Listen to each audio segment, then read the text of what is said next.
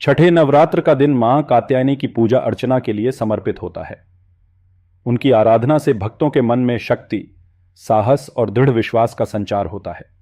मां कात्यायनी का जन्म और उनकी कथा बहुत ही प्रेरणादायक और महिमामयी है, जो यह सिखाती है कि जब भक्त सच्चे मन से देवी की शरण लेते हैं तो उनका हर कष्ट दूर हो जाता है और विजय का मार्ग प्रशस्त होता है।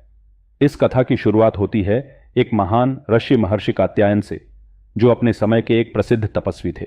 महर्षि कात्यायन के मन में केवल एक ही इच्छा थी कि उन्हें इतनी शक्ति प्राप्त हो कि वे धरती पर फैले अन्याय और अधर्म को समाप्त कर सकें। उन्होंने देवी पार्वती की घोर तपस्या करना प्रारंभ किया। कई वर्षों की कठिन तपस्या के बाद उनकी भक्ति और समर्पण से प्रसन्न होकर देवी पार्वती ने स्वयं उन्हें दर्शन दिए। देवी पार्वती ने महर्षि कात्यायन से कहा, हे ऋषिवर, मैं तुम्हारी तपस्या से अति प्रसन्न हूँ। तुम्हारी भक्ति के प्रताप से मैं तुम्हारे घर पुत्री रूप में जन्म लूंगी और तुम्हारे नाम से ही संसार में जानी जाऊंगी। इसी वरदान के फलस्वरूप देवी ने महर्षि कात्यायन के घर में पुत्री रूप में अवतार लिया और इस कारण से उन्हें कात्यायनी के नाम से जाना गया। उसी समय धरती पर महिषासुर नामक एक अत्याचारी असुर ने उत्पात मचाया हुआ था। महिषासुर ने अपनी शक्ति और अहंकार के कारण देवताओं और मनुष्यों को भयभीत कर रखा था। वह अपनी मायावी शक्तियों का उपयोग कर स्वर्गलोक पर भी अधिकार करना चाहता था। देवगण उसके अत्याचारों से बहुत परेशान थे और उन्होंने मां कात्यायनी से इस दुष्ट का अंत करने की विनती की। मां कात्यायनी ने देवताओं की प्रार्थना को स्वीकार किया और सिंह पर सवार होकर महिषासुर से युद्ध करने के लिए निकली। युद्ध भूमि में उनका स्वरूप अत्यंत भव्य और अद्वितीय था। वे लाल वस्त्रों से सुशोभित थीं। उनके माथे पर चमकता हुआ मुकुट था।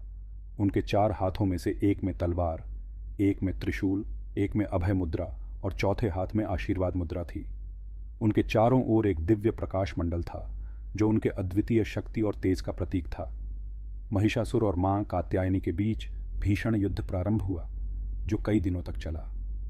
महिषासुर ने अपनी मायावी शक्तियों का प्रयोग कर युद्ध को कठिन बनाने की कोशिश की, लेकिन मां कात्यायनी की दिव्य शक्ति के आगे उसका हर प्रयास विफल हो गया।